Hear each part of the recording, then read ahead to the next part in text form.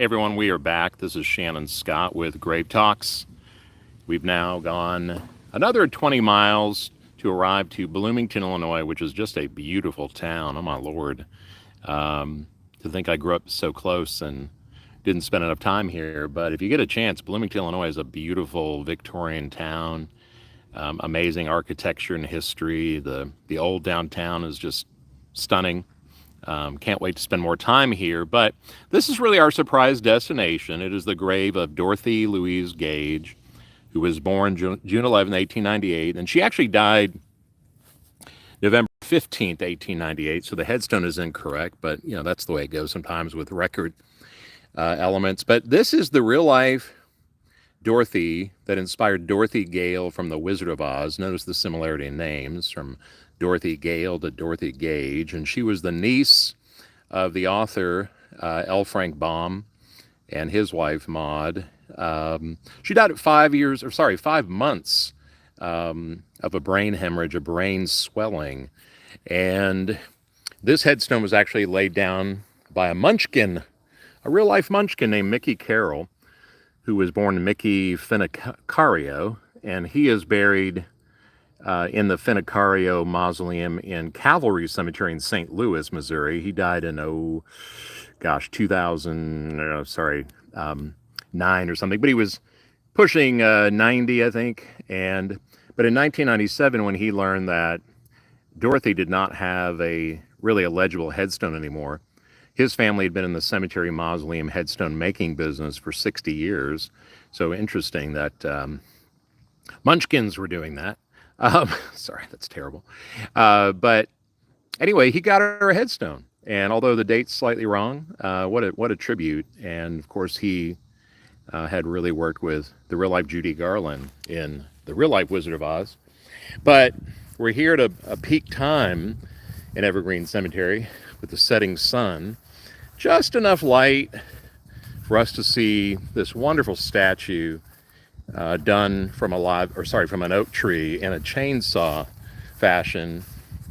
I believe the artist was Bill Baker or Mike Baker. Sorry if I've got that wrong, but he has a great company. There's a lot of information about the statue online with Dorothy in her basket and little Toto, which is just a gem of a carving.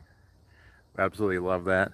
Little yellow brick road also happening in the monument. But this has been here since 2018, I believe. And what a tribute here in this section as she faces the sun and the setting sun. But absolutely stunning. And although in the hardship of winter, it looks like it's cracked a little bit, so it's going to need a little patching and repair. Oh, got some fireworks going off nearby.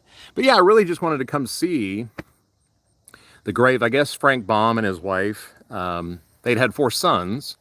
And I don't know if you really read about Frank Baum and his life, but, 40 novels, 42 manuscripts, 200 other type of publications. I mean, his whole life story should be a movie, honestly. I'm sure, maybe it was made into one, but at one time when he was like 18 or 19, he was raising chickens during a fad of chicken raising. I mean, this guy, his father, he came from a very wealthy family in New York, and clearly, I think he was one of 10 or 11 kids, and not all of them lived to an adulthood thing. But I mean, his father built him a theater just so he could, perform, and he always seemed to have a thread of being on the stage, and just never really left the stage, actually. But quite a creative guy. I mean, L. Frank Baum, quite a life story. But he and his wife had always wanted to have a daughter.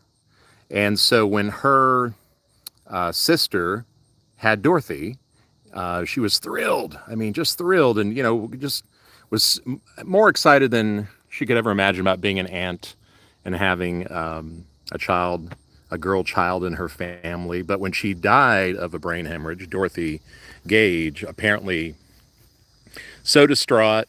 I mean, almost like a mother would be distraught. In this case, the aunt, but she had the real mothering side to her.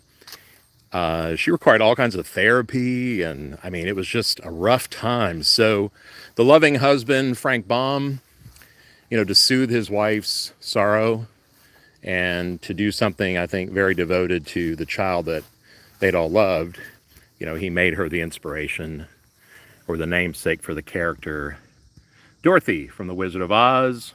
And the Savannah connection, of course, is that Judy Garland had just played Dorothy. She was 18 years of age when she met the 31-year-old Johnny Mercer in California at a wrap party for a movie that she had been in. And although she was engaged by 3 weeks and he'd been married for quite a while, so began really a song muse affair between Johnny Mercer and Judy Garland. Some Hollywood historians still call it the most guarded, scandalous Hollywood relationship in Hollywood history, but Judy Garland became the inspiration for his Old Black Magic, and he dedicated the line, "My Huckleberry Friend in Moon River," to Judy. So, as I always like to say, all roads lead back to Bonaventure Cemetery in Savannah, Georgia, even a thread of that running through the wonderful Evergreen Cemetery in Bloomington, Illinois. So, yes, follow the yellow brick road all the way here and really treat yourself to this stunning monument. What a dedication and what a connection. Well, guys, hope you're doing well out there in the world. Thanks for traveling with me, following along in the adventures of the Buzzard Mobile and I. And yeah, we can't wait to share what's next. So appreciate your patronage and your likes and your sharing. It really is motivating, and I feel very blessed. So on that note, have a lovely evening.